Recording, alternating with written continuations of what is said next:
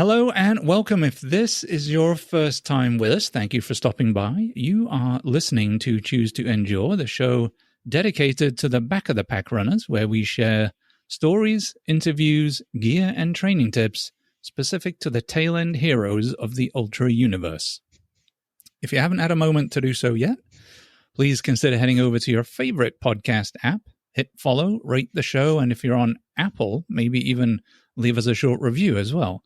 My name is Richard Gleave. I have been running ultras since 2017, and I've taken on and finished numerous distances at this point, all the way up through 220 miles, and I'm unashamedly a member of the back of the pack, just like many of you guys. Now, here in the studio today, I am very honored to welcome the excellent Mr. Chris Culpepper for the first time, and also give a warm welcome back to Miss Karen Ellis, who, of course, joined us in Season 1, Episode 9, where she shared her story of how she was selected as the sponsored entry Western States runner for the excellent The Active Joe Race Company.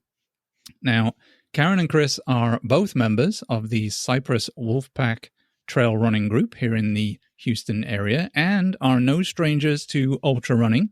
Just a quick glance at their ultra sign-up history shows Karen finishing multiple ultra-distance races, including Dinosaur Valley 100 and Bandera 100K earlier this year, while Chris has also previously completed several hundreds in the Texas area, including multiple Rocky Raccoons, as well as the Javelina 100 back in 2017.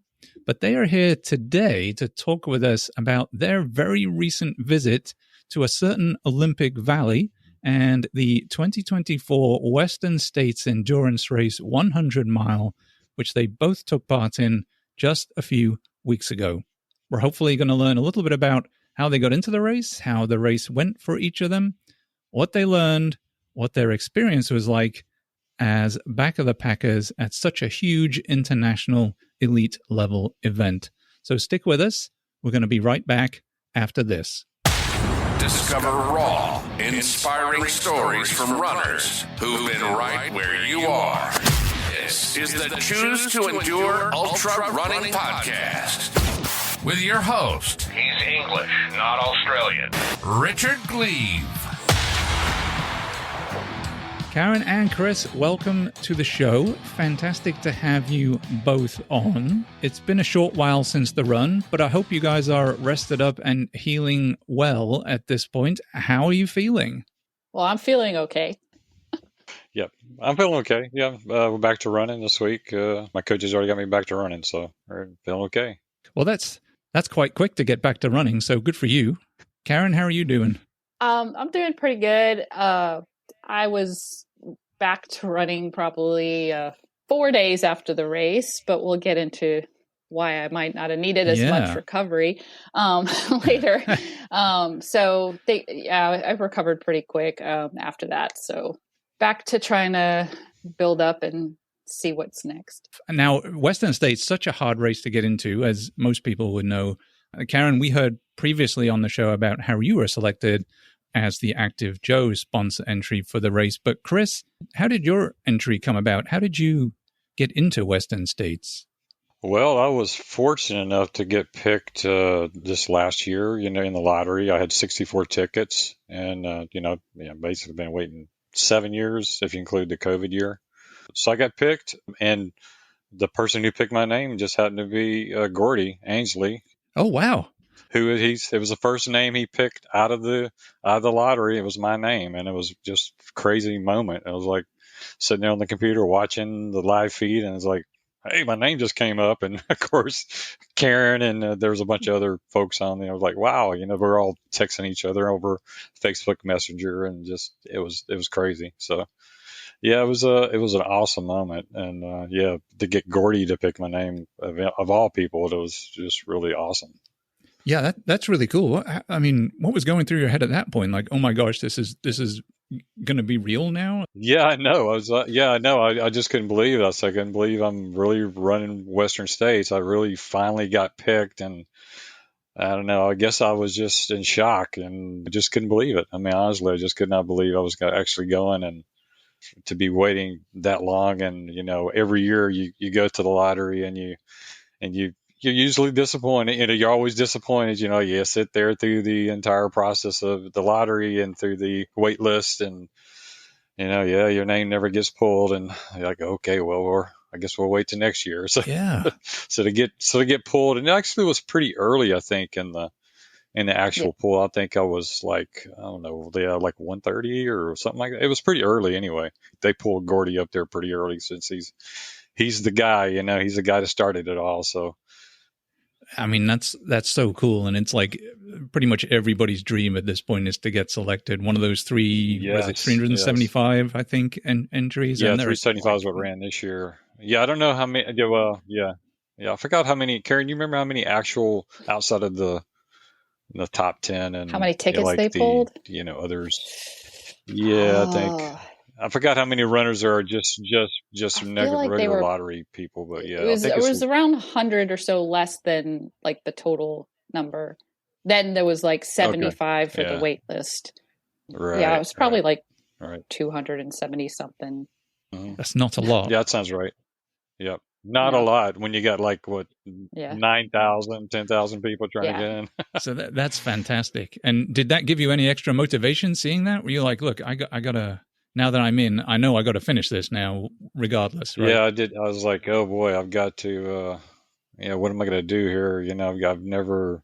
I've never had really great luck with mountain, ultras. I've tried one edition. I tried to do a mountain ultra a couple of years ago up in Wyoming, and I actually DNF'd, didn't make the cutoff at the 50-mile mark. It was a real tough one.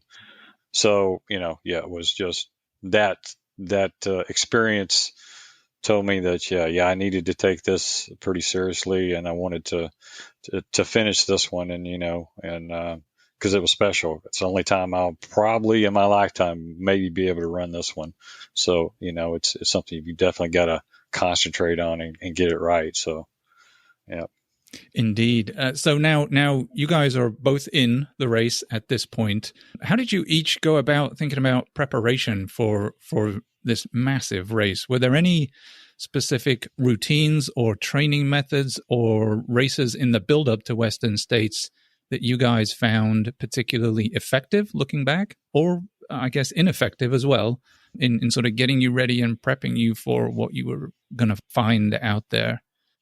I think what started off first is I think I got a message from Chris, was like, "Are you getting a coach?" I think that started off the prep, and then it was like starting to think about that, because at first I was like, "Oh, can I justify the cost? Can I not?" And then when Chris said he was going to get a coach, I was like, "Well, he's done a lot more than I've done, so I guess we should look for a coach." So we did start looking for coaches, and we actually ended up with a married couple from Sundog Running. I had Emily Torrance and he had Ian Torrance. But oh, how cool! Yeah. So, and that was through a friend of ours. She's coached by Emily already. So I went with that recommendation. But I did already have like Bandera lined up to do, because originally that was going to be my big race for the year. So by that point, I was just going to get through that and then start with the coach on training after that race. So I kind of wanted to rely heavily on the coach on her suggestions, because she had trained a Houston runner previously for Western States. Right. And I had a few ideas for training races. One of them was Spider Mountain, and I did that one. And I did think that one was quite helpful. It's about the closest you could get for something with a lot of incline and decline here in Texas. It's a timed race. You can do 6 hour, 9 hour, 12 hour. And it's basically about a 4-mile loop where you do 2 ascents and 2 descents in the loop, and then just keep repeating as many as you can in the time allowed.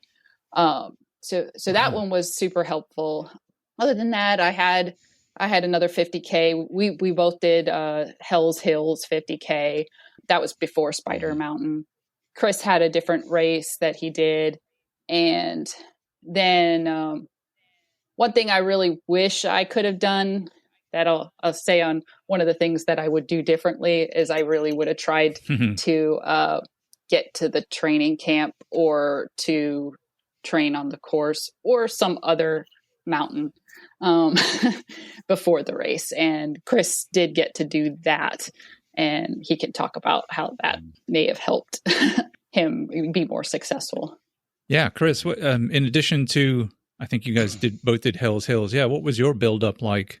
Yeah, so I started the year off. I was attempted to do Rocky Raccoon, but I did actually DNF that one around mile 80 or 60, I should say. I think it was. Anyway, it was the year, you probably heard about the wetness they had this year. The mud and fest, I got out there. Yeah, I got out there and I said, I just didn't want to go out there and get injured. I was about to get into my training for Western States and didn't want to go out there and do anything that would injure myself. And I'd be spending like 6 weeks or 8 weeks trying to recover from that.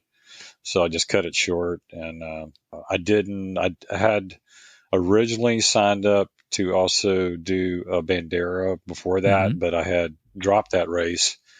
Talking to my coach, he was like, yeah, it seems like you're doing way too much volume in this period. So we kind of, decided to drop the Bandera. And instead I just did the Houston Marathon and finished that and actually had a really great Houston Marathon, the best time I'd had in marathon. So I can't complain for Houston anyway.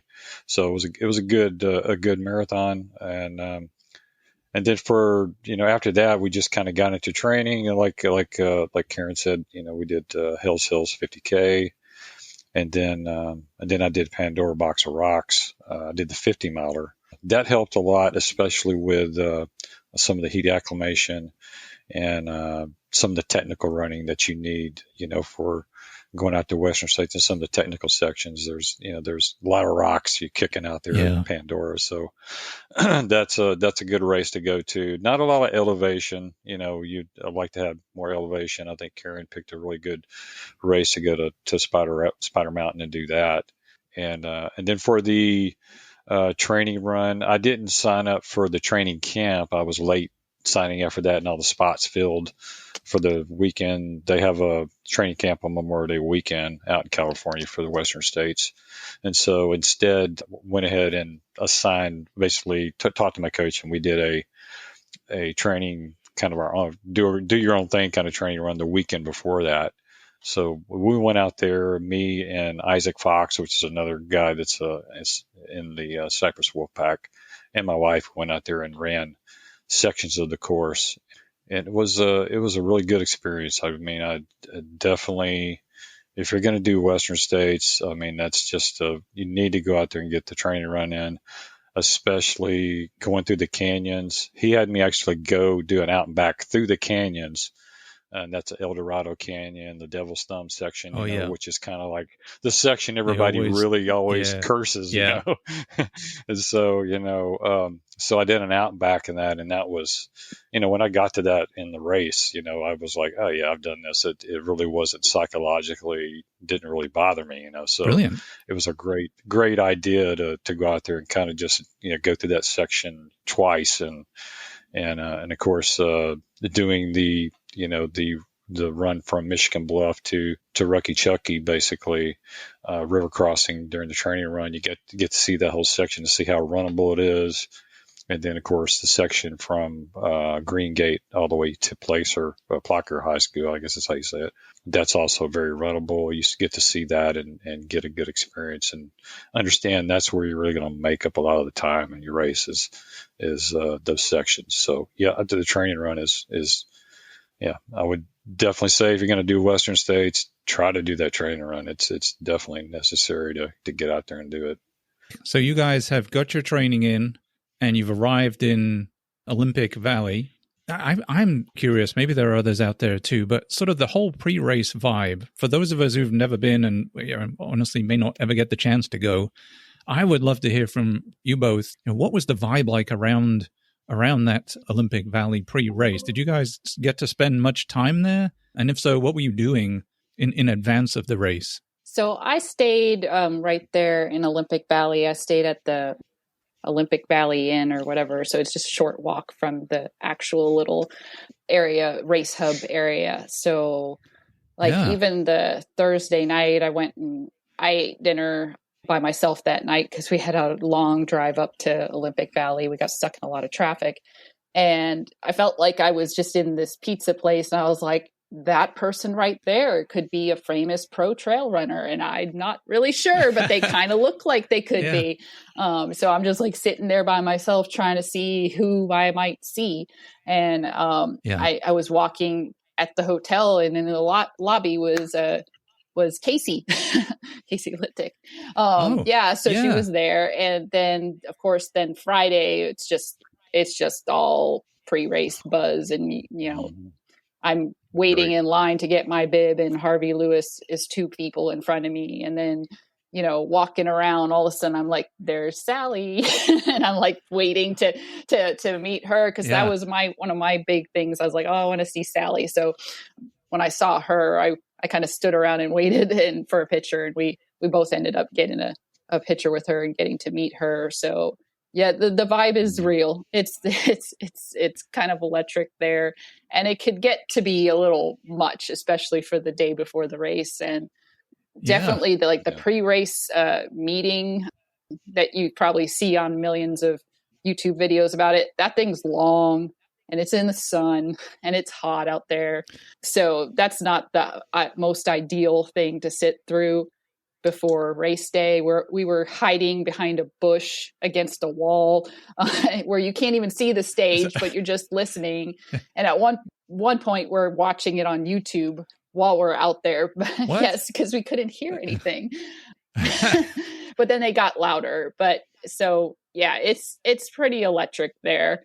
Yeah, it was awesome. Yeah, you go over there, you get to the start finish line, you see the escarpment. You know, you're going to run it the next day, and you know, and they've got the big wooden replica of the buckle there, and the clock and everything. It's just you just know it's real. You're like, wow, okay, I'm here. You know, so like, oh, wow, I'm really at Western States, and it was just awesome, And meeting, like she said, Karen said we met Sally McRae. She's just really approachable and really a nice, super person.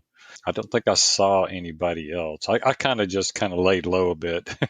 I was trying to stay off my feet as best I could, and just kind of sit around and stay off my feet. But it was a really electric place. It was. Yeah, I often wonder from massive international events like that, whether being there as kind of regular runners, did it inspire you, or did it just add to kind of overall angst about getting started on the race, having seen all the, Sally McRae's and Harvey Lewis and all those folks? You're like, oh, Christ, yeah, this is real now. I don't know. For me, I don't think it, I was just like, I was still trying to really just digest. I'm still running Western States, honestly. Yeah. And, so I was still felt pretty relaxed about the whole situation. I mean, to me, it was, I'm usually pretty chill when I get into the day before a race. I don't get too wound up about it. I'm just kind of laid back. But yeah, I guess the thought of, it's still 100 miles. You still have that fear, and, it's 100 miles. It's no joke. You can't take it lightly. Right. But yeah, it's Western States, and you've got to, you got to put your best foot forward, in the race. Well, let's talk about the race itself, because I think I am, and I know many others are fascinated to hear how the race went for each of you. And I think they're likely quite different, but both very interesting stories that you guys have to share. So maybe Karen, do you want to kick us off and let us know how the race played out for you and ultimately what happened? Yeah. So, me and Chris's story stayed together for about 10 miles, 10-ish or so. But so we planned to kind of try to start together and see if we could keep each other honest at the beginning and not go too hard or anything. Coaches had definitely said, don't don't like push too hard on the escarpment, just get through there and then get past there. So we did that whole section together. We got up to the top, and Isaac and Kim were up at the top. They were two of the crew that decided to take there's like a 4 a.m. group that goes up the escarpment to cheer people on at the start of the race once people get up there. So they did that, which was fun to see somebody cool. When you finish climbing all that. And for the most part, the escarpment's not, I mean, it's hard. It's an hour climb. But most of it's on a road pretty much. It's almost like a gravel road. And till you get to a few sections closer to the top where you're kind of like, if there was snow over this would be kind of challenging. Because there's little steps and it's a little more technical just right there at the very tippy top. But the view is beautiful up there. And it was really nice to get to do it without the snow because you could see so much. And then you get up and over it and it starts winding down. And then you're kind of going through the high country, which was really pretty. It was really nice up there. It's like the smells are different than what we have in Texas. And you kind of went through some runnable stuff. And then every once in a while you get through something kind of muddy and boggy from the snow melt and where it's draining down the trail. Sometimes the trail was like a little stream almost from the snow melt. So it was unavoidable to not get your feet wet there. So you were sometimes in some mud and some wetness, and then you'd get into some runnable stuff, and every once in a while, a little climb or something like that. And we pretty much got into the first aid station together and feeling pretty good. No problems there. And that things I think started to change for me shortly thereafter. We got through there and it started to seem like every time I hit a little climb, Chris would suddenly would be gone and I'd be like huffing and puffing. So he kept turning back and kind of waiting. And I started to just say, just keep going. So he kind of eventually started to separate from me and I didn't see him anymore because you'd get these short little climbs in the high country. Like you see where Cougar Rock is and things like that. And for whatever reason, I just started to struggle on the climbs. And I can only attribute it to altitude. And I actually had a lot of family stress the month before this race that I wasn't expecting, and I think took a lot out of me because I did so many long treadmill climbs where I just hiked at 15% or whatever, and to try to prepare for this, like sometimes with a 20-pound weight vest, and for whatever reason on the day, and this was after doing the escarpment, I just felt like I couldn't keep my breath on any of these climbs and I was just taking them too slow. But we'd get to something runnable and I'd feel better and I didn't have any problems there. But by the time I got to the second aid station, 15 miles or so in, I felt like I looked at the sign where it has the different cutoff times. And I looked at that and I was like, oh, getting kind of back there. And man. Even that early. Yeah, it comes, well, and if you look at some of the data for it, a lot of people can ride that cutoff very early and it's okay because they kind of start to pick up later. So like you can watch some videos and you'll see people riding the cutoff close to the 30-hour mark, and the cutoff actually goes to like 31 hours at the beginning, for most of the race. And then they pick it up later and are fine. So like I was still kind of like, oh, well, you're going to be fine. You're going to be fine.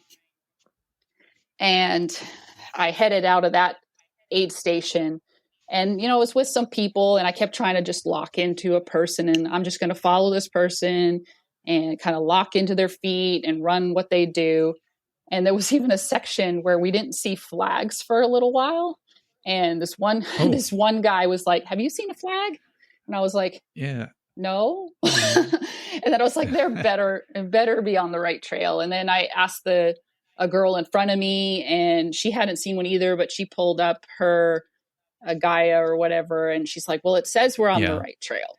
And we went a little bit farther and finally saw one. And all we could think of is they were just like the little, irrigation flags that are on the little wire with a flag, that they've probably been trampled into the ground by now because so many people have come through. So we probably just missed a couple. But so we were back on knowing that we were on the trail. And I mean, I felt like things weren't going badly. I felt like I was keeping up and doing a run walk and going along. There wasn't anything huge yet until you get to Duncan Canyon. So I got to the Duncan Canyon aid station, and we actually, since our crew was so large, we had enough crew to split up to do pretty much all the crewable aid stations. Most people don't get that much crew out there. So there was crew there, trying to remember what mileage that aid station was, but it's somewhere around 24, 25 or so. Right. The Duncan Canyon one. Right.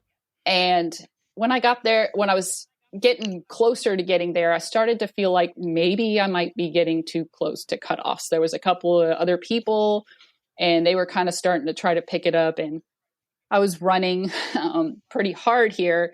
And all of a sudden I trip on a rock and just go boom down in the dirt in a bush. I'm just covered in dust. There's a lot of dust on this course.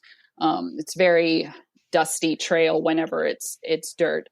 And, I get up, these two guys help me up, and then just start running again. Luckily, nothing was injured or anything. I had a tiny little scratch on my knee. I felt like maybe I hit my lip a little bit, but nothing was like sore or anything.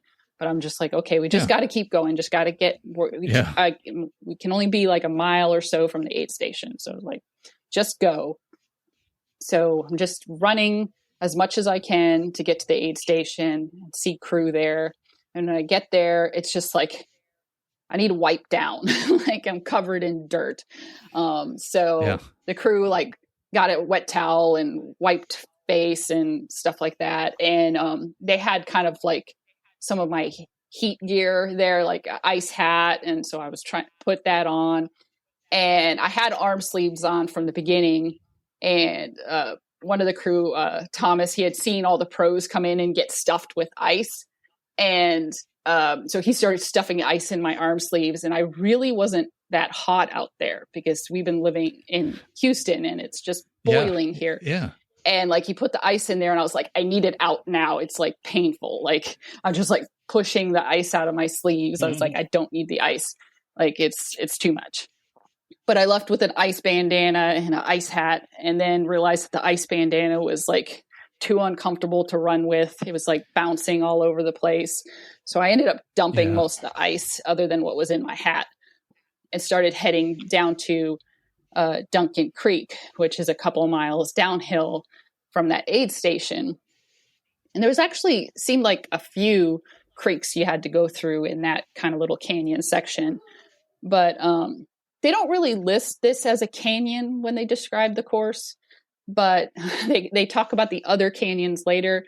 But this one's, it's a canyon and there's a big climb. It's a couple mile climb. And I don't think anyone really described it well enough to me, but I wasn't quite expecting it to hit that hard that quickly. Right. So climbing out of that canyon, I was like, great, I've got 3 more and they're supposed to be worse than this. So I get out of there, and as I'm coming into Robinson Flat, I'm just running, and there's the two guys that had picked me up when I had fallen either before. One of them's like sitting on a rock at one point and he looks like he's given up. I know I'm getting close to the cutoff for the 30 mile-ish point there at Robinson Flat. And I see the other guy that was with this guy, he's walking down the trail at us. And I'm like, and he's like, you're almost there. And I'm like, but why are you stopped? I'm like, you're coming. But I think they had just already decided to DNF, I think already. Because I'm running into the aid station and they're like, you've got 13 minutes. And I'm like, great, that is not good. So I saw my crew there and I just went into pit crew mode because I had originally planned to change shoes there because of all the wetness. And so I just kind of let it all happen, like changing shoes, socks. I was switching packs there because I didn't want to carry my bladder anymore. I was switching to bottles and a handheld. And on thinking back, I probably should have just like maybe switched my pack and just kept going and not done the shoes and like just tried to get through there as quickly as possible. But regardless, I got through there, got back on the course, grabbed a snack on the way out. And the next section was actually probably my favorite section. And I kind of wish I had just hammered it the entire time and ran as hard as I could have. Because after Robinson Flat, from Robinson Flat to Dusty Corners, it's all great running. It's a lot of dirt gravel road and then like some easy, smooth trails, very runnable section. And by the time, you get one little aid station, Miller's Defeat in between there. But by the time I got to Dusty Corners, I was still 13 minutes from cutoff. But when you count my shoe change and everything like that, I basically just caught up from that. But I had passed tons of people. Like every time I saw somebody, I was like, okay, focus on this person. We're going to get past them and keep going. But I got into that aid station there and saw crew again, and they told me I had 13 minutes. I actually was really frustrated by that because I felt like I'd been working so hard and that I had barely caught any time.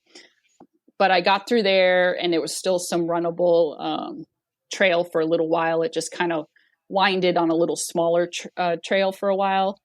And by the time I got to last chance, I had 20 minutes on the cutoff. So that felt better. I was like, okay, I did a lot. I, got somewhere, but that seems like you're gaining some time. I'm at last chance. The next things are the hardest parts of the course. Now I've got the canyons to go through, and the first one's supposed to be the hardest.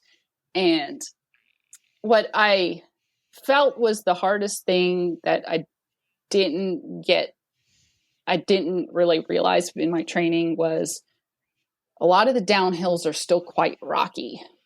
And you hear people talk about Western States and how runnable it is and everything. And there are certainly parts that are very runnable, but some of this canyon stuff still has quite a lot of rock. And I'm not a great rocky technical downhill runner. I get a little nervous. I kind of don't want to break my face. And, I feel like I'm going to trip and fall or I'm going to slip.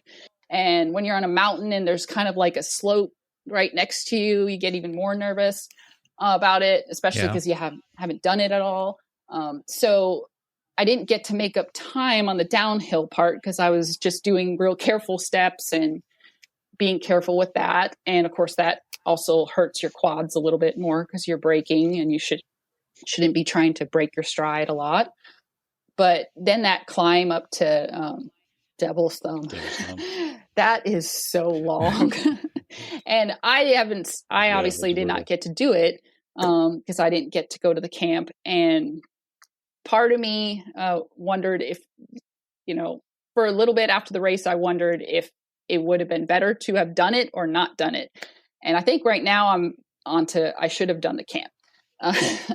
But at the time, it's just these long switchbacks, and you can see it in all those YouTube videos online, but you can't quite appreciate the grade. And then when you watch it in a training camp video where people are doing it fresh and they're kind of running it and stuff like that, you think, oh, well, this can't be that bad. But then I'm on there and I'm a good hiker. I can hike pretty fast, and I usually catch people when I'm hiking. And it wasn't like that for me there. I was not breathing well on the ups. I was going quite slowly, somewhere between 25 to 30-minute miles at times, stopping here and there for a little breathing break. And then it's hard to eat when you're going uphill. It's hard to fuel and drink properly if you can't breathe. So a 2-mile climb is suddenly an hour. And you're already on cutoffs. So by the time I get up to Devil's Thumb, I think I was back to somewhere close to like the 5 minute to cut off or something. Maybe I was still a 10-minute there. I think it was 5 minutes at the next one, but you know, you get up there and at least there's some popsicles and stuff like that. And you're like, okay, I made it up this one, but I still there's still 2 canyons to go. So like I kind of talked to the aid station there and I was like, okay, so how's the next downhill? And they're like, oh, you'll like the downhill to El Dorado Canyon. It's much better. It's much smoother. It's not steep. And I was like, great, maybe I'll gain some time and do a little better on this one. So I head off for this one. And it was a much better run in this canyon. You get some actual section where you don't even feel like you're in a canyon. You don't feel like you're going down. I'm like, when am I going to be going down? I feel like I'm just running past the Deadwood Cemetery. I took a picture there. I got a little, like, I tried to pump myself up. I was like, I'm not dead yet. I'm going to make it. I can do this. And I was trying to just feel better about it. I was like, okay, we can do this. And still in the game. Then still in the game. I was like, I'm not, until I'm done, I'm done. I'm still out here. Yeah. But luckily I prepared for the crew to give me the backup headlamp at the previous aid station because I wasn't going to make it to Michigan Bluff before dark. It was going to be dark before I got there. So I had a headlamp and a little bit just before I reached the bottom of El Dorado Canyon or El Dorado Creek. I put it on because it was starting to get dim, but just so it was ready to go. And when I got down there, they're like, you got 5 minutes on cutoff. And I'm like, okay. And they're like, you got an hour climb. So they basically tell you the climb's going to take you at least an hour. So I started heading up that. And about this time, I started to feel some soreness in my feet, like a blister maybe forming. And I decided to take a stop to put some lube on it because I was like, well, I can't handle a blister right now. If I think about it now, I should have just kept going. But it didn't take that long because the mosquitoes instantly attacked me as soon as I tried to deal with my foot. Oh. They were awful. I hate mosquitoes. Yeah. Worst thing ever. But just kept continuing to climb up this canyon to try to get to Michigan Bluff. You know, at one point, some guy's telling me we're halfway through the climb or that we have a half hour left. And you just kind of lose awareness of how much time's going. And I really, at this point, had wished I had written down the final cutoff time of days and had it with me because I really couldn't remember what they were. And I wasn't going to try to look for them on my phone. And I was like, if I had the time that I needed to be there by, I think it could have helped me a little bit because at some point climbing up to Michigan Bluff, I was starting to think there's no way I made it. Like I'm surely done by now. Like it's dark. I can't see the top. I can't see anything other than my light. I still have people around me. It's not like I'm the only one there. Like there were other people back there with me, trying to make it to Michigan Bluff. And I finally come around one little turn where I think I see a sign and I'm like, I feel like maybe I'm almost at the top. And this guy comes running towards me. And I'm like, oh, and he's like, okay, we're going to get you through this aid station. You've got 2 minutes to get from here to the exit of the aid station. We've got your crew waiting. You got your bottles. We're going to get you what you need. You just have to keep running and you got to run now. And I'm like, okay. Like trying to gasp and get my breath because I just finished climbing. And then we just take running. And as I'm running into the aid station, someone in there screams, "Is that Karen?" And I'm like, yes. And it's Libby's there from Active Joe. Oh yeah. Leanna, who was my backup emergency pacer, because you're not supposed to need a pacer at Michigan Bluff, but you can get one if you're there after 8 p.m. And it was well past 8 p.m. Okay. And Laura was there with stuff, but it was just like I'm running and Leanna's carrying my waist light and the stuff she needs and like things she think I might need. Like she's got a can of orange soda with her, and the crew person is carrying a baggie of fruit as we're running through the aid station. I'm just like, where's the end? Where's the end? Wow. And you just had to get past this guy. Get out. Yeah. And get past the guy, and then just at that point, try to breathe a little bit and start trying to collect yourself for the last part. Well, what ended up being my last part. I think that's one of those interesting lessons of experience that I certainly have learned, because I watched this happen at Moab a little bit too, where people would get in with minimal time left and literally walk out the other side with a bunch of stuff just so that they could be out of the aid station and then sit down on the road and figure out what the heck they need to do in order to keep going, you know, rather than sit and do it at the aid station and miss the opportunity to get out. Yeah. So good call, I think. Well, and they work to try, the aid station people really work to try to get people through there. Like that was that guy's purpose, to go find people that were almost to cut off and get them through. Yeah, that's cool. Because otherwise, if you were just going to walk into that aid station, I would have missed it. Known, like if I wouldn't have known that I had to run, because I didn't hear any of the horns, because it had, you know, they blow a horn, I think at 10 minutes. And then after that, they just tell people at 5 minutes that are around that, you know, and got 5 minutes left. And then when the final horns go off, you're done.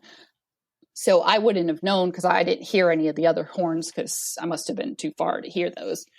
So without those crew people pushing to get those last people through, I wouldn't have gotten through. And I think I found out later that I'm pretty sure I was the last person to get through Michigan Bluff that came out of El Dorado Canyon. Like I was the last person to make that cutoff.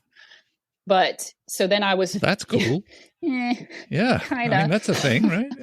I mean, when I was down there in El Dorado Canyon, one of the aid station workers was like trying to tell me the time. And she's like, go make a great story. Like you give it all you got. There you go. Like they're trying to get you going and get you through, because I mean, I had no stomach problems. I had like no real problems other than not being able to breathe on the climbs. I felt great unless I was climbing or going down rocky hills.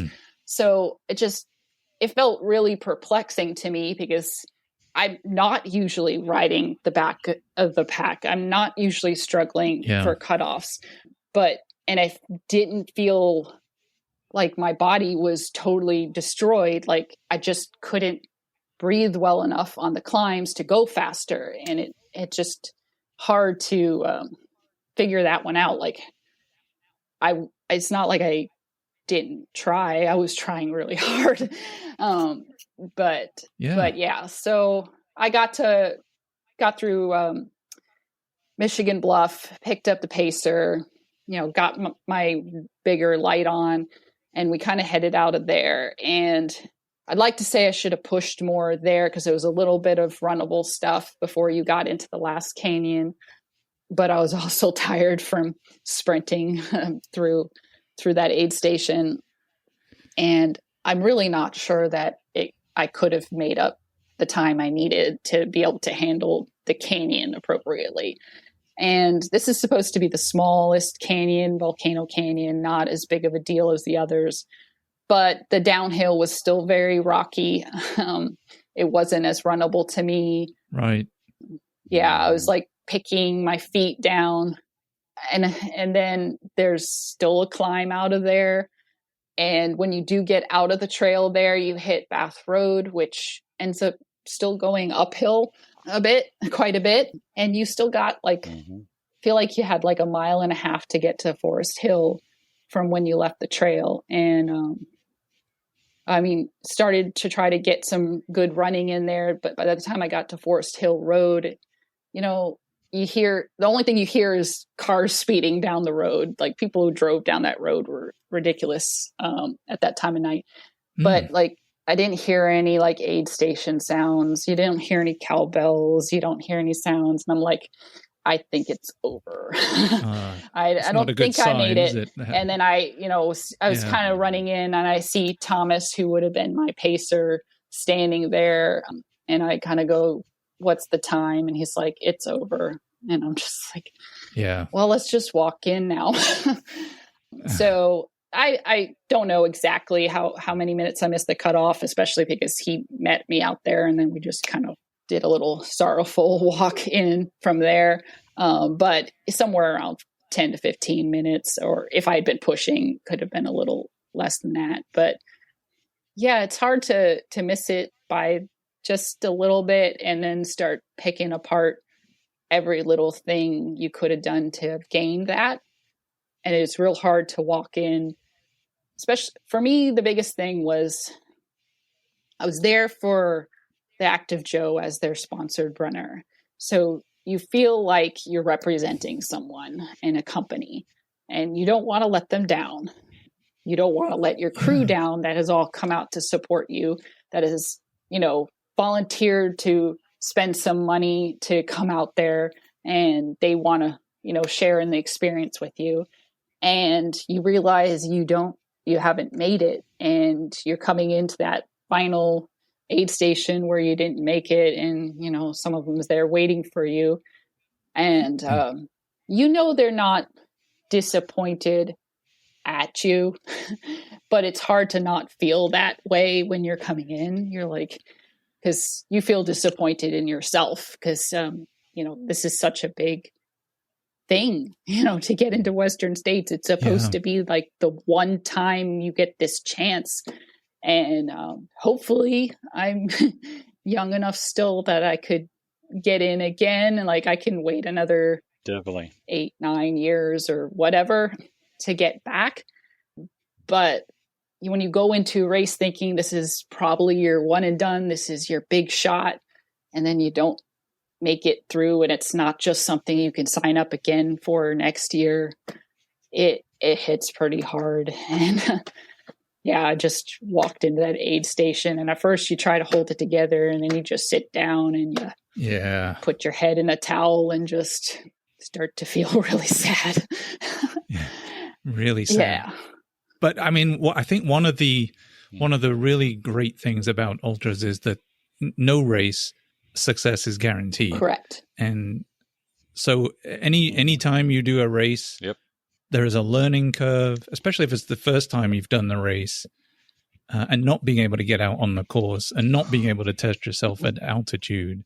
And you still got, I think, probably 60-ish miles, I would imagine. It was 100K. It was 62 miles. Yeah. So, I mean, you've still got 100K of the course down, even with all the challenges you were having. So, I think time is such a great thing. And I went through something relatively similar. I think 2 years ago, I went over to England and ran the Lakeland 100, which is a huge race, arguably the biggest race in the UK. And I timed out at 34 miles in a race that I had spent thousands of dollars to go to and time away from family and put a whole bunch of effort into training. And I got 30 miles before I had timed out. Now, there were reasons for that. And actually, funnily enough, one of them was the technical aspect of the trail. It was incredibly technical. And just like you, the downhills really chewed me up. I was so slow on the downhills, where other people familiar with the trails and had done this, they're bombing down those things. I was scared to death going down super technical downhills. I was so slow. But so I can empathize, certainly, having sat in, I think the 4th or 5th aid station of that race, and just timed out. And for something that was so big for me, I was gutted. I was absolutely gutted at that point, and a long way from home. So I definitely empathize. But I will say, I think where I was going with that, time brings a whole lot of perspective. And once you sit back and you evaluate the whole thing and the lessons you've learned, you may or may not realize as of yet, the experience that you've had, I think is always going to be there, and I think will stand you in good stead moving forward. So it just unfortunately, it just takes a little time for the sting to subside a bit, and then you can sort of look at it a bit more objectively. And that's where I'm at with that race right now. And I had no right to be doing that race. I hadn't trained on any of that terrain, and there was torrential rain and sideways wind and tiny little tracks going across a mountain, which were dirt trails, which became like an inch thick with mud and slick.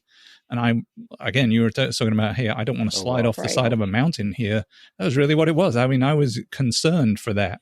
And so my time went super slow and I timed out. But, again, perspective, I think, is awesome. So I hope in time you can come to look back objectively on the race and take all the good stuff and all the things you did learn and all this knowledge you now have of 60 odd miles of Western states. And as Chris said, the last bits are super runnable. So we don't need to got all talk the hard about stuff. Yeah, you did all the really meaty stuff of Western states. You did. So yeah, I think still a fantastic effort, and I'm sure nobody out there is seeing you any different than a heroic push to where you got. Definitely not. Indeed. So Chris, while Karen was going through all of these challenges, how was your race unfolding after you guys had split up 10 or so miles in? How were you doing? I had kind of the opposite of what Karen had. I was fine on the climbs, but I was having problems on the downhills. I was like, my heart rate was like really spiking and I couldn't really understand it. But I think it was, again, like Karen, I think it was the altitude. I don't understand why it didn't affect me on the uphills. I mean, my heart rate was like 100. I mean, on the uphills, I was just like climbing these hills and my heart rate was going nowhere. But as soon as I hit some downhills and started running, pretty well, I mean, my heart rate would get to like 180 or 185. I was like, what the heck's going on here? It just doesn't usually get that high. And I was just feeling a little bit off and feeling a little strange, but I just kept going. I kept going and made it to pick it up where Karen, going into Duncan Canyon aid station. I had a similar experience that Karen had. There's some really nice downhills going into that aid station, and my legs got a little floppy, and I clipped a rock and ate some dirt myself. Not very far from the aid station. I could actually hear them. I mean, I could hear the aid station. As long as they don't see you do that, you're all right, I think. Get up. Well, no, nothing happened. Yeah, they got up and they're like, hey, you're kind of dirty, man. I'm like, I kind of fell back there. So, but they, got in there and they fixed me up and, asked where Karen was at, where she, if anybody had any idea where Karen was at. And the crew was great. They just, got me fixed up. And I had a handheld that when I fell, I broke my handheld. The little nozzle was not holding water. So when I would move my hand around, the water would start to slosh out. And so fortunately, Charlie had brought one of his handhelds and swapped it out with me. And so I used his handheld for the rest of the race. So thank God he had his handheld in his backpack. So that kind of saved me on my handheld and being able to have some water in my hand. But yeah, they loaded me up with ice, and similar situation with Karen. You got all that ice on you. You got an ice hat, and you're trying to run with that on you, and it's kind of flopping all over the place, and you're trying to get used to it. And that's something you don't really train for, because the ice does, it adds weight, bulk, to your and bounce to you. It's not just bulk and weight, and so it's really different feeling running with that. Although I ran with ice before, it's not that big of a deal, but it seemed like it was more this time, I guess, with the ice hat and the bandana, and then I did put ice in my sleeves. Didn't bother me as much, but that was great. Getting in and out of there, and similar experience getting down to Duncan Creek and doing that climb. That was just the most of all the bad parts of the race. So I would say that was probably the most miserable section that I really didn't care for. It was just technical. There were some technical sections, and it was starting to get warm, The heat, it was probably close to midday by that time. So the heat was starting to come on. And then I got behind a Congo line of runners that just, they were like zombies. It's like, you're trying to get around these people, but they're just like not really paying attention or anything. I guess I should have like spoke up really loud. Hey, I'm on the left. Could you let me by or whatever? But they, I don't know. I'm usually, when I hear people come up behind me, I'll just usually step aside and let people by, but it seemed like it was just a long slog up to to the next aid station, and getting up to Robinson Flat, meeting the next crew that was there. We changed out my shoes and you got me fueled up. And the next section is, it's really about 15 miles of really downhill right there from Robinson Flat to Devil's Thumb. That's really like 15 miles of downhill. There's a little bit of uphill in there, but it's really just like slowly downhill there that you're really running. So it's a good section to pick up some time. I thought it was doing okay. It was similar to what Karen's experience is. You get there and you're like, wow, I thought I was doing a little better than that. But you get there and you're like, I'm still maybe on 28-hour pace, and I thought I was doing a little better than that. Getting to some of the aid stations. Once I got into Last Chance, and I was going to go down into Devil's Thumb, the canyon there. So I got into Last Chance and kind of sat there for a little bit and just chilled for a bit, and just to kind of gather myself because I knew what was coming up. It is very technical once you take off from Last Chance and you're taking that downhill going into the canyon there. That's the most technical section, I would say, in the canyons is right there. There's some videos on YouTube, even some of the people that are practicing for the cup, the Tevis Cup, that they do out there, they're doing their horses, they're running their horses through there, and you can even tell they're not crazy about even bringing their horses through there because there are some really technical, nasty like rocks and places right in there that you have to get through. When I got through that section, also it was the sun was starting to set, and so I was getting most of the sun on me at that time. The sun was just kind of like right on my body and heating me up. But, finally got down to the swinging bridge, made my way up to Devil's Thumb. Like I said, I had done these canyons before, so it didn't feel that bad. I knew what was coming and I just kept moving along. Saw a lot of people struggling going up those, felt really bad for them, because, I know it's really tough if you haven't seen these before. Finally got into Devil's Thumb. Popsicles, yeah, they were the bomb. I mean, honestly, got there and got a couple of popsicles and fueled up and tried not to stick around too long. They do their best, the aid stations at Western States. I'll just say that they are top notch, the best aid stations I've ever seen. These guys, they'll sit there and they'll wait on you hand and foot. When you walk into the aid station, they're holding on to your gear while you're eating. And if you sit down, they'll stand there next to you with your gear, basically, just holding your gear and saying, hey, do you need anything else? And, if you're finished with something, they'll pick up your trash and we'll hold on to that. They're just wanting to get you out of the aid station as quickly as possible. And so it's just, just top notch. And were you ever close to cutoffs like Karen was? Did you ever find yourself like that close, charging in and charging out? No, I was about an hour ahead of cutoffs, I think, in most cases. I know when I got to Duncan Canyon aid station, that was an hour cutoff. I was an hour ahead of the cutoff then. And I thought Karen was probably about 25 minutes behind me. I assume she might have been about 25 minutes behind me. I did have a little bit of concern, after in Michigan Bluff, because I was getting there so late. But I think I got there around 8:30 or so. And my crew was already there. They were waiting for me.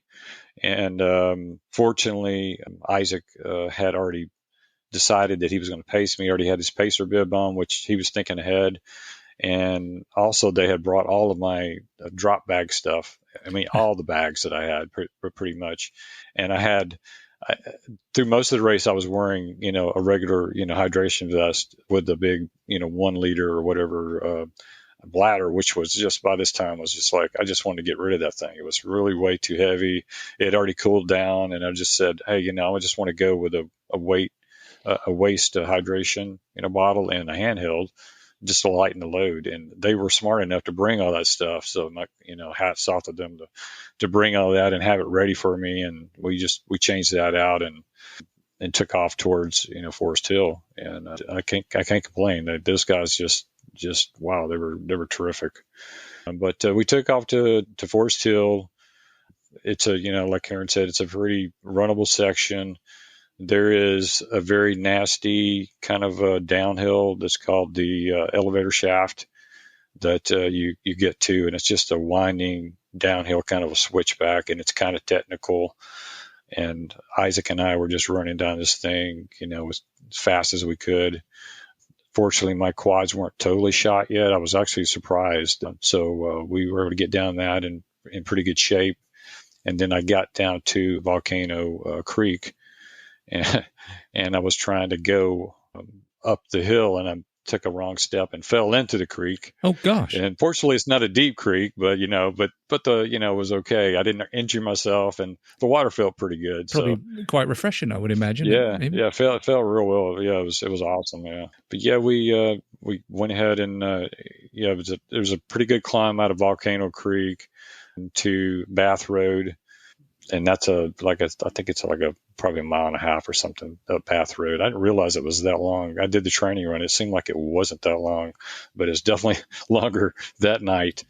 And we made it over to Forest Hill aid station.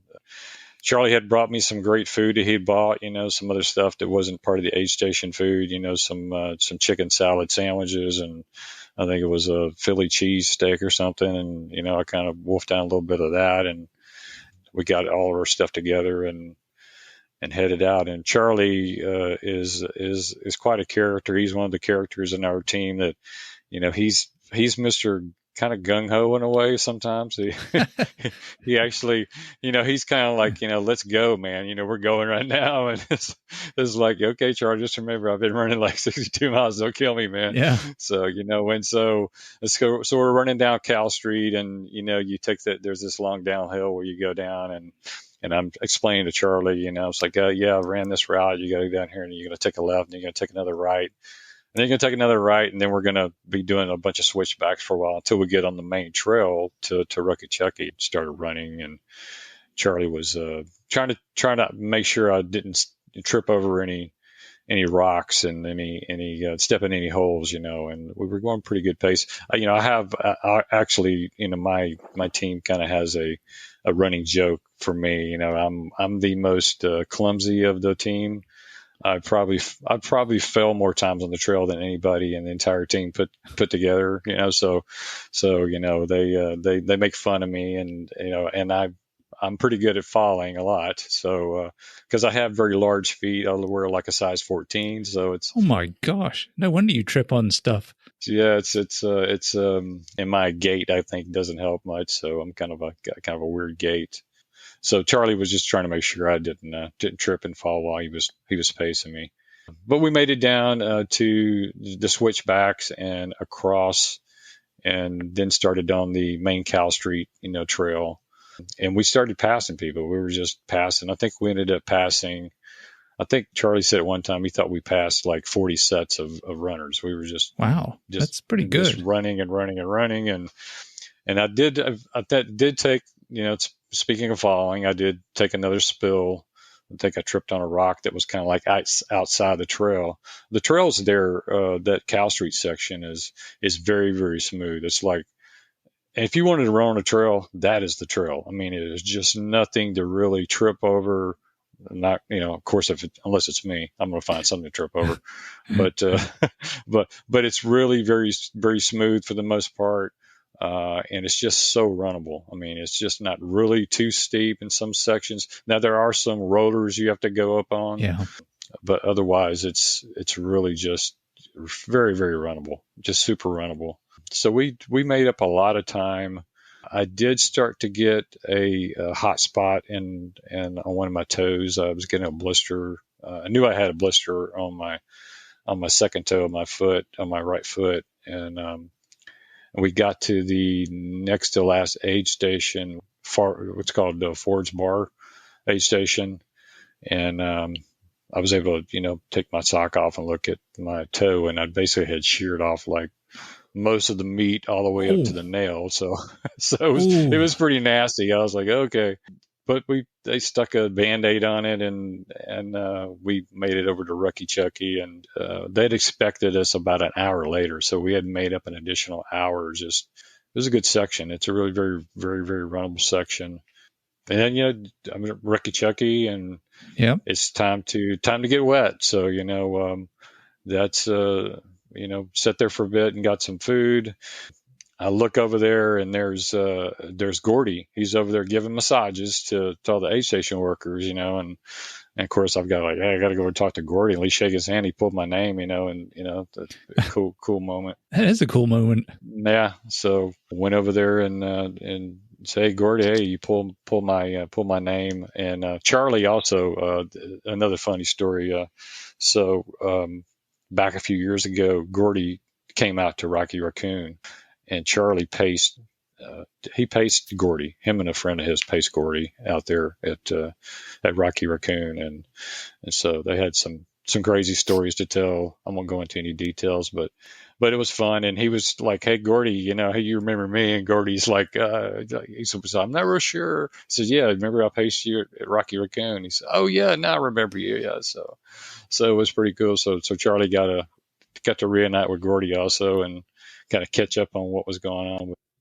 Typically at Rocky Chucky, you can have what typically happens is you can either have your pacer that's with you already go across the river and then go to the other side, and then you go all the way up to Green Gate.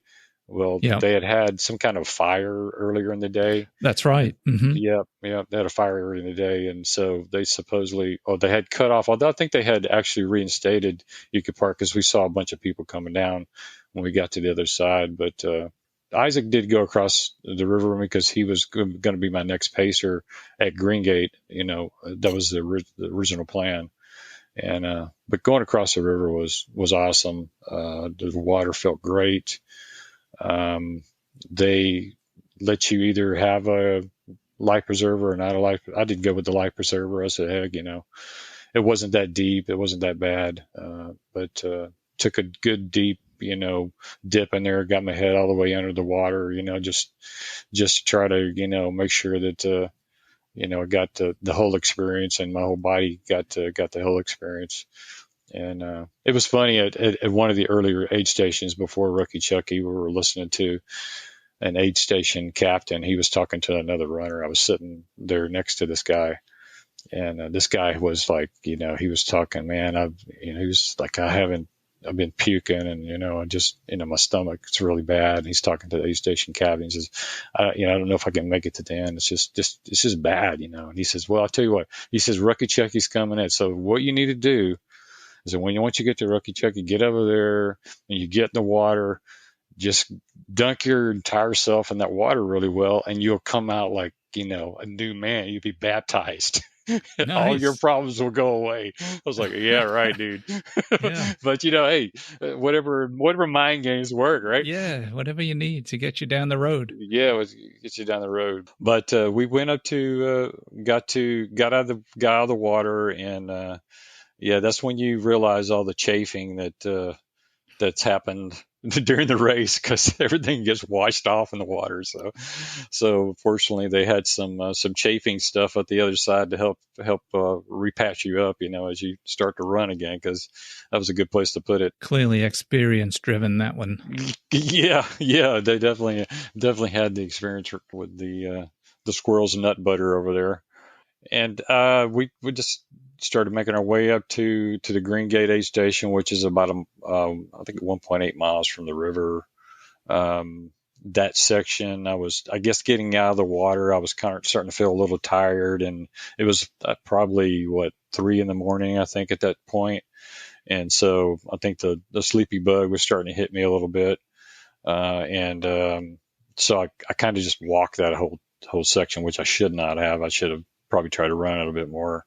Once we got up to the top, Isaac, told me, he says, man, we need to get moving. You're back into the 29-hour, kind of, area now. And so you need to get moving. And, that kind of motivated me to start running again. And we just started clicking off miles, as best we could. It was, we seemed to be running with the same set of runners. We would pass them and they would pass us. And, it was kind of a nice little game of, running each other down and doing that, for the next, 14 miles or whatever it was. Yeah. I guess that was, I got into Auburn Lakes Trail. It was like the third to last. And Isaac was saying, hey, we need to get through this aid station quickly. Let's not sit down here and do anything. And so I had a Coke and I had some pancakes, and I scarfed those down. We didn't stay very long, but I noticed my back was starting to tighten up. I was like, that doesn't feel very good, but maybe it'll be okay. I don't have much more, it's only 15 miles left or whatever. And so I just got to make it 15 more miles and we're good to go. And then we just took off and ran that next section, that's another, I think, 5 miles or so to the next aid station, which is the Quarry Road aid station. And that aid station is got some really, really steep sections right at the end coming into that aid station. And we were with actually some other runners also who were behind me, and they, I was like, hey, you guys want to come around me, because I'm running kind of slow here. And they were like, no, you're doing good, man. Just keep going. They didn't want to even come around me. I was like, yeah, it must be really, your quads must be screaming. Yeah, I know mine are. So, they were really screaming at that time. And I think that's kind of like, where my back started to have problems right there. And we got into Quarry Road aid station, and it was a great aid station. They had some really great, nice cookies there. What was it? The ginger snap cookies, homemade. I ate a bunch of those. Yeah. Really awesome. Didn't stick around too long. They were trying to tell us, hey, this is the climb up here. You've got another, a 2-mile climb. So, and then you're going to get over that, and then you'll be to across the 49 highway there and over to the aid station to Pointed Rocks.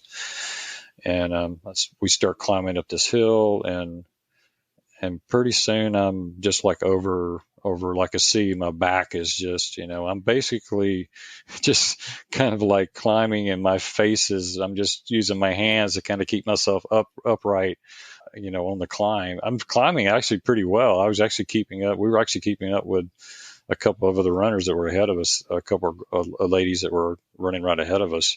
So we were keeping up with them, but I just couldn't stand up straight. And I asked Isaac, I said, man, am I really leaning bad? And he's like, yeah. He said, you've been leaning to the left a little bit. I was a little concerned. And then you started leaning to the right, and now you're kind of just leaning forward. So, when I said, well, maybe you can see if you can, like, kind of stretch me out, and he picked me up, had to kind of bear hug me from behind and try to see if he could straighten me up or whatever. And that helped a little bit.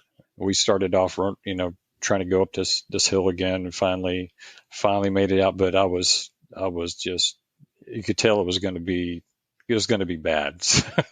I got across Highway 49, and they were saying, hey, you guys got 7 more miles to go. We get across the highway there, and I'm like, yeah, 7 more miles. Well, so, and I had told Isaac, my next pacer was Rick. I told him, I said, hey, tell Rick to make sure he brings the massage gun to the next aid station, because I'm going to see if he can massage, my butt actually, as because I'm thinking maybe I could help in my back and see if I could resurrect my back. And he texted Rick and told him to do that. And we got across Highway 49, and there's a small uphill right there after you get past Highway 49 that you have to go through. It's a little bit technical, and it was kind of a conga line right there. There was a bunch of runners trying to make it up there.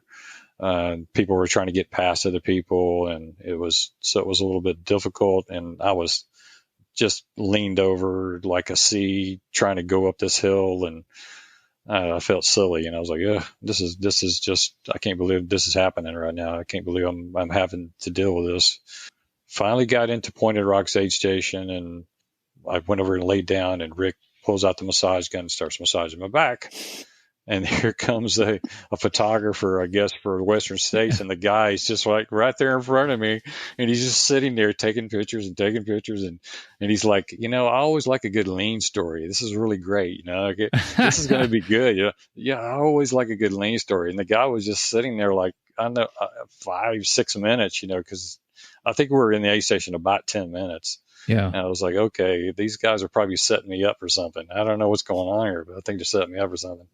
I tried to eat a bunch of bananas and just trying to wolf down some bananas to maybe it's some kind of potassium deficiency issue, because that sometimes helps with the leans, but it really was just a muscle, just exhaustion issue. I mean, I guess all the downhills and uphills, I don't know, maybe I was leaning too far forward or whatever was going on.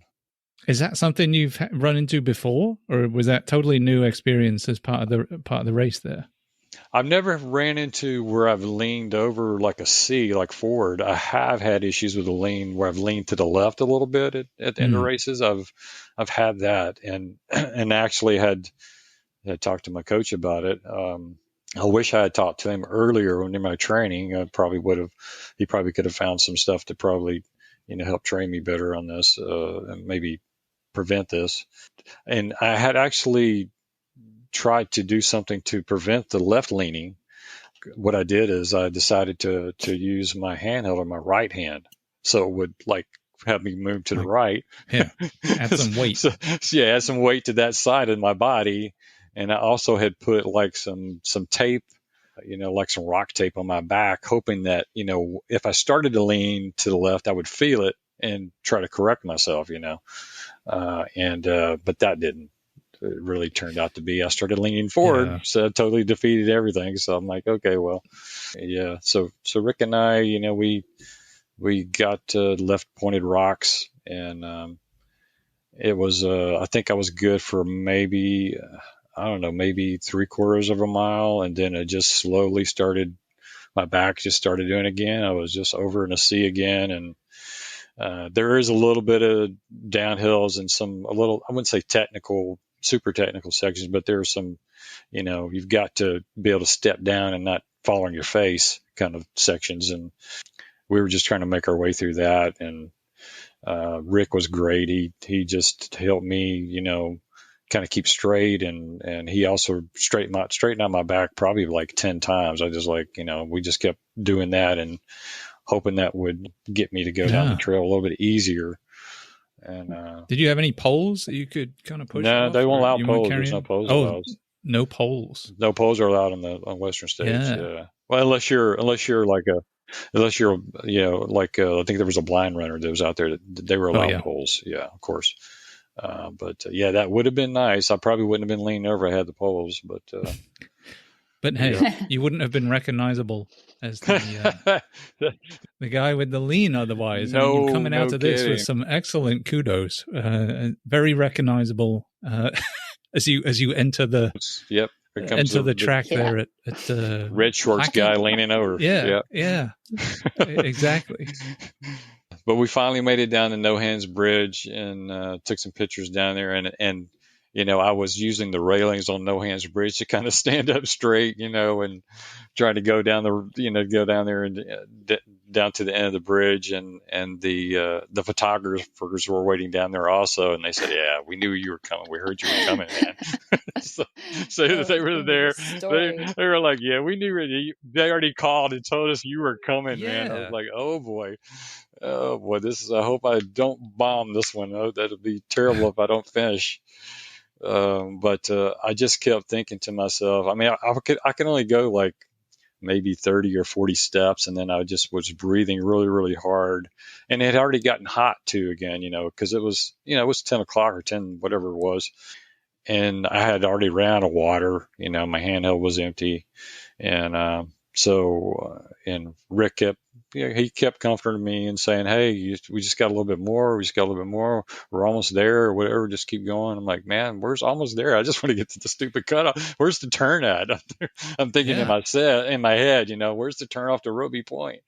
It's just got to be. I know there's like a little uphill here. You got to go up. I've ran this, during the training run. So anyway, I got to that little uphill, and I was just exhausted. I was like, man, and I told Rick, I said, hey, I think I'm just I want to lay down here for a few minutes. I don't think I'm going to finish. I think we had 45 minutes left at that time to finish. And I told him, I said, I don't think I can make it. I mean, I just don't think I can make it. I just keep running out of breath. I can only take 30 or 40 steps, and I'm just running out of breath, and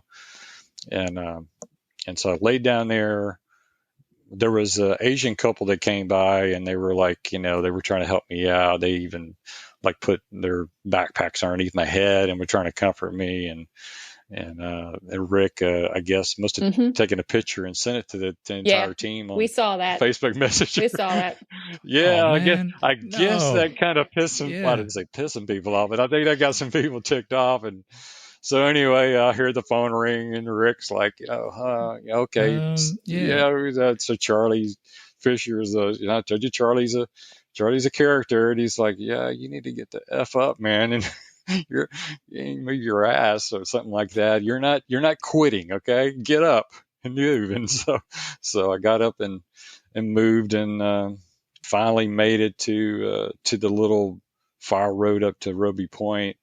And I could hear my wife screaming, and I could hear Charlie screaming at me, and I was just slowly making it up to Roby Point. And fantastic. Yeah, it was. And then when we got up to Roby Point, they pulled out the massage gun again and tried to massage my back again. And at that time, I think it was like 35 minutes or probably around there, 30 minutes or something like that. Yeah. To finish. And everybody was getting impatient, of course, and Charlie's like, man, we got to go. Just get the hell up and let's go. All right. Let's go, man. You got to go, man. We got to go. You get off the ground. Let's go now. And so, we started going, and it was a struggle. I had to just keep going, and I'd stop every so often and straighten out my back. And I wanted to definitely stay as legal as I possibly could, because you're not supposed to have any interference with, any of your crew. They're not supposed to help you. I don't want to get disqualified. So I was really concerned, that anybody was muling for me or trying to help me out. Although I think they were much more lenient, I think, towards the end. I think they would have done anything to help a runner get past, get a finish. I mean, it's like you're not Jim Walmsley, not helping him across the finish line. So it wasn't that big of a deal. So there's a pretty good uphill coming out of Roby Point, and then there's another uphill before you take a left and go across the bridge, and then it's just downhill to the high school. And so I made it down there. And these guys were just cheering me on and just helping me out, keeping me straight there, because I kept like walking to the right. I couldn't keep a straight line, and they were like, "Hey, go this way, man! Quit! Going to the right. You keep walking to the right." I'm like, I'm trying to stay straight, but I was just walking crooked, and made it down to the high school. Yeah. I've done that, but only after beer. Usually, there's a beer or two involved. Maybe during a race. I mean, I know I was there because I waited at the bottom at the track instead of going up to Roby Point, since I was a little sore. And so they came down, and then I saw them all. So I met them there, and I think I was on the right side, and I was just kind of like, had my arms out. I was like, just stay here, not touching you, but don't come over here. Yeah. And stay in this zone over there. I mean, what was that like coming onto the high school track with the whole crew there and everybody else? I mean, I can only imagine watching on the live stream. It was pretty, it's a pretty wild experience. I mean, what was that like for you and Karen, you as well, as part of the team? What is that like in person? Is it it is all of it amazing as it looks online? It was just crazy. It was crazy amazing. The crowd was just cheering for me. I mean, wow, it was just, I couldn't believe. I mean, they were just, and I was just shaking my head, going, I don't really want to have this kind of attention, but I just want to finish. But, hey, it was just awesome. I mean, people were screaming and yelling and just trying to get me around. And I think, Karen, you said AJW was there. Right. And he was like telling me, "Hey, you right got as plenty Chris of time." enters the track, I've got a picture of AJW in this bright tropical shirt, and he's following Chris in, and he's just right alongside him. You got plenty of time. You're good. You got this. And I don't think Chris had any clue who it was, and didn't have a clue. I didn't have a clue. But I mean, it is everything that you think it is. The experience of the track is exactly what you want, and you almost want the golden hour. It's just so amazing. So like, I didn't get my journey the way I wanted it, but I did get to do my lap on the track with Chris and the crew. So that was epic. Was awesome. We were walking around the track, and people just come running across the field to like run with you and to cheer you on. And there was times where we're going around the track, and someone would just start a chant, Chris, Chris, Chris. And, everybody and you don't hear any of that on the live stream, but that's what happens. And it happens for like every runner coming in. The people just like go after that. And especially with the lean, everybody remembered the story from last year with Ash Bartholomew coming through in a lean and not making it. So even though Chris had like 10 minutes, it gave people the vibes of being worried. Like I know I went back and watched the live stream, and like when they first showed him to, it took a break before they showed him for a little while, and people are like, "Where's Red Shorts guy?" Like, we want to know, like, where's Red Shorts guy? Red Shorts guy. It was a big deal, and it was the same feeling. Like since I was waiting at the track, like when Chris said that, we took a picture. Rick took a picture of him laying there on the ground. Like, I'm there on the messenger, and I was like, he needs 30 minutes to get down here. I was like, get him up, we're like, we need to go. We need to get him down here now. So, and I was messaging to people. There was a group chat for people back home, people like, where's Chris? Where's Chris? I was like, well, he's supposed to be at mile 97, but been there for a really long time. So like, everybody's trying to figure out where Chris is. So, it's nerve wracking, and in that last hour, everybody is coming in. Like, cause I sat down there at the track, and it's just like 80 people finishing in that hour, and they just keep coming in with their crews. And it's everything you see on that golden hour. When you watch the live stream, it's emotional. You see every type of runner. You see people that look like they just got up and decided to run, and they're happy, and they're finishing in the last hour and they look great. And then you see people that look half dead, and then you see people leaning, and then you see people see it all. You see the older people, you see people that look really young and fit. It's just all different body types, and they're all just trying to get their buckle and finish in that last hour. Absolutely love it. And were you aware of any of this going on, Chris? Like, how aware were you at this point of all of that? I wasn't aware of any of that, honestly. I mean, I wasn't aware of any of what was going on. The stuff about the messenger stuff, I didn't know any of that until after the fact. And, some people had actually captured some of the live feed, comments of people, that were watching at home, and, they were like, oh, Chris, go, somebody give that guy a chair or whatever. There was like comments like that. It was like, so it was pretty crazy. It's like, wow. So yeah, you don't realize it. I'm just thinking, I just want to get around to the finish line. And it seems like that finish line is a mile away. When you get on the track, you're looking at, it's way on the other side. I got to get way over there. But I did have plenty of time, but it seemed like to me it was, I wasn't sure. I still wasn't sure in my mind that I was going to finish. I would still have that doubt, that I might not finish even with that amount of time that I had left. Yeah, I think you actually finished with, 8 or 9 minutes to spare? Yeah, I had about 9 minutes left. So no, you got loads of time. Loads of time. Loads of time. Comparatively, right? Comparatively. 8 or 9 minutes over 30 hours. I mean, sometimes, and I've finished close. I finished a race called the Peak District 100 2 years ago with 13 minutes to spare over 34 hours. And it just, at some point, I was thinking back, like, okay, if I'd have just sat at an aid station for just a shade longer, I might not have made that.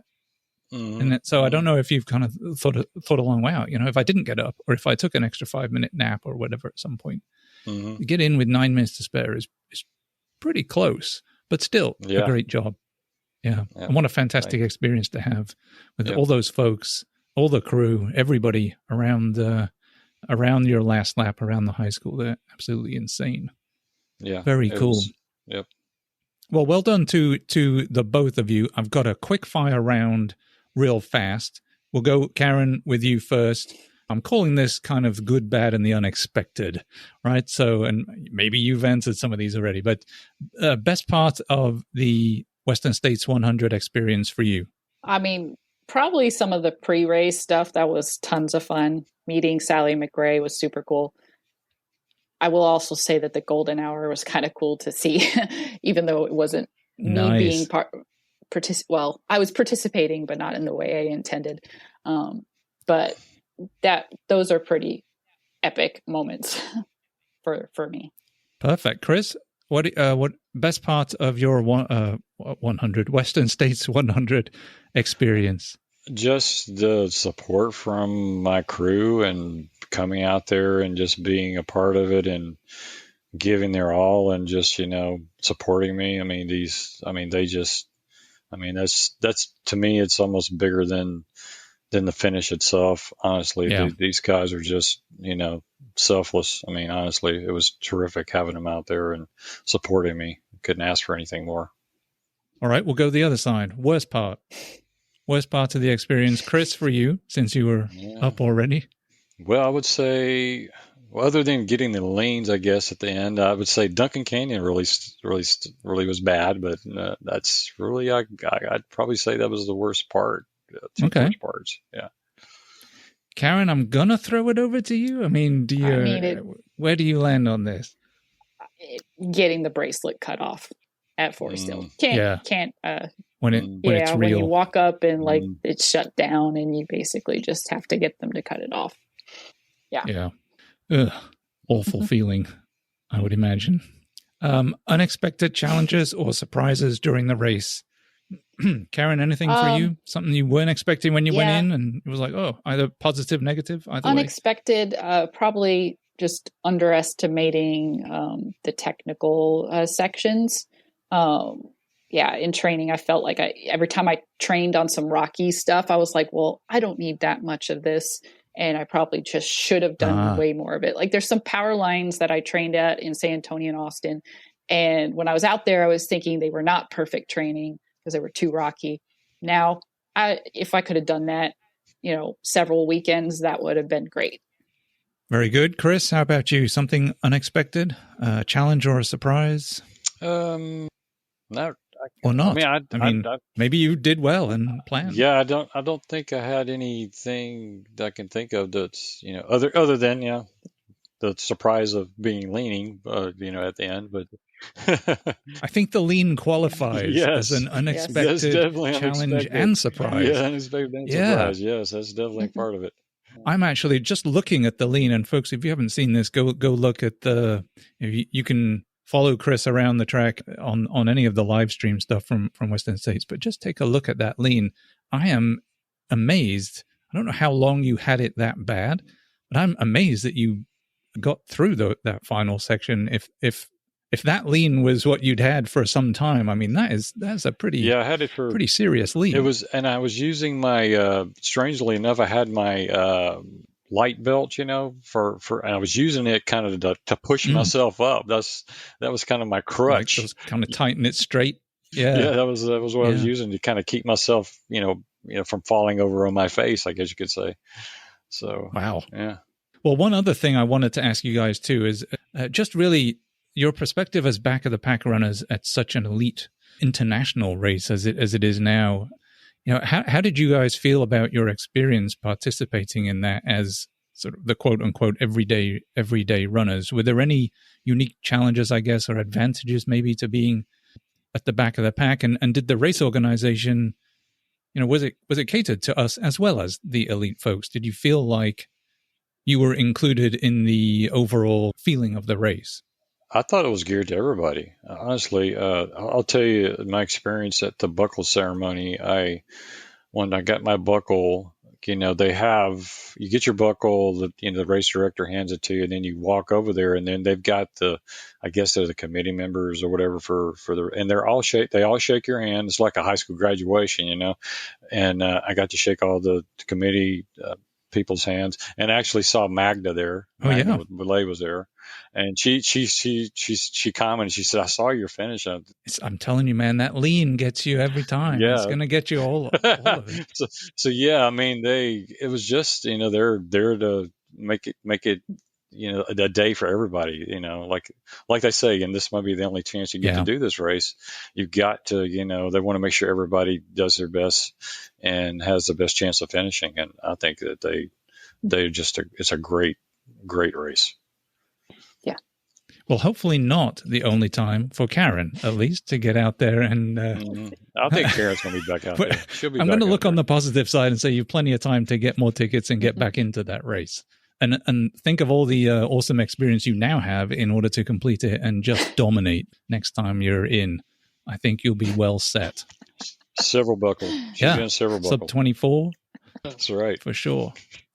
Now, one of the things we do like to do here is encourage guests to choose a song to add to the free Spotify Choose to Endure playlist, something typically family friendly. Maybe it lifts you up, motivates you, or just keeps you moving while you're out on the trail. Now, I'd like to see if you guys chose a song and why it resonated with each of you. Karen, I think I know which one you picked, but do you want to tell folks out there? So, yeah, if you heard my podcast last time, I picked a movie-themed song, and I'm going the same this time. And I actually did have it on my earphones when I was at the race, so it's not like I didn't listen to it out there. I'm going to go with Let It Go from Frozen, because I still do need to let this go and, and move on. But I've used that song before when I've had a bad day or something. And, it's a good one to sing in the shower or in the car when you're feeling a little low and, just that is one through it. For sure. Crank that. I mean, not that I do this, obviously, but crank it up and just let it ride, right? I mean, why not? Yes, just put it out there. I love it. Yeah. Very cool and very appropriate. Chris, I think we have a fairly appropriate one for you as well. Do you want to tell folks which one it was? Yes. Lean on me. Lean on me. Bill Withers. Lean on me, for sure. Absolutely. Yeah, it's appropriate. Yeah, I had the crew to lean on, and I guess I did a lot of leaning myself out there in the last 7 miles or whatever. Absolutely. And it seems like both of you guys talked very highly of the crew. I mean, it seems like they had a huge impact on your race experience for the time you were out there. So maybe we should give them a shout out too. Yeah, so most definitely. And this crew kind of formed before Chris even really got in. Like, basically when I got my thing, I kind of just put it out there. I was like, I can't pay for anyone to go, but who wants to go? And we had these people who were like, we want to go. So that's why we were already on a chat group ready, watching for Chris to get pulled. But yeah, so this is an awesome crew. The Wolfpack is an awesome crew wherever you go. We have great aid stations and everything like that, and everybody's super supportive. But, we had Charlie Fisher, Isaac Fox, Leanna Kelly, Laura and Dan Guerreri. Oh, gosh, where am I going with people? Rick Posada. Who else? And my wife. Yes, your wife, Kim. You should probably thank her, not. Yeah, thank her, yeah. Kim Culpepper. That's probably a good idea. And then Libby Jones from the Active Joe basically joined up with us for this, because she was there for social media for me. But, she kind of became part of the group for the whole weekend. So we got to have a lot of fun for the whole time. But everybody, I didn't say Thomas Perkins and Amanda. How could I forget them? Definitely. Yes, I can't forget them. But, is a great group, and they helped both of us. And we had some people that were pacing Chris and some people pacing me, and the crew helped everybody. So can't do it without them. Yep. Absolutely. Crew is totally essential. And it seems like they had a really big effect on your races. Yeah. Now I feel like I need to check the name list and make sure I didn't have a brain fart. But I think I got everybody. Well, I'll let you check that for a moment. As we go ahead and wrap up the chat, I do want to extend my heartfelt thanks to both Chris and Karen for sharing their incredible experiences and insights from the Western States 100 this year. Karen, your candid and honest account of the race, including the challenges that led you not to be able to finish, and Chris, your detailed narrative of the race and ultimately getting across that finish line, both have been pretty awesomely inspiring. You guys have definitely highlighted the determination and perseverance that I think really defines us as back of the pack runners. And your stories have not only illustrated the highs and lows of Western States, but also offered a ton of invaluable lessons for listeners out there. If you want to learn more about the race and how to qualify, you can go to wser.org. And Karen, I think the sponsorship opportunity is now open again, is it not, for the Active Joe? Yeah. Yes. So if you're looking for another way in, definitely go check out the Active Joe's website. She has a link for the Western States sponsorship, and there's an application process on there. And you can also listen to that last podcast to get more details. But might as well get an extra shot. You never know if you might be her choice for the next year. Exactly. And folks, Karen did go into some really good detail about how you might position yourself better to get your shot when you put the name in the hat. And while you're out there, maybe sign up for a race with the Active Joe. You just never know. Yeah, Dinosaur Valley is now a qualifier in the 100K distance, and you can actually earn that in the 100-miler as well because of the unique way their course is set up. But it's really one of the most generous cutoffs for a 100K qualifier. Well, I'm not going to say the course is like easy, but the time allowed makes it doable for a lot of people. So if you wanted to compare it to like Bandera has a 17-hour cutoff. Dinosaur Valley has a 22-hour cutoff. And Bandera is probably harder. So that was a tough course. Yeah, look up the Dinosaur Valley race. It's still challenging, but overall, with that time, you should be able to get through it.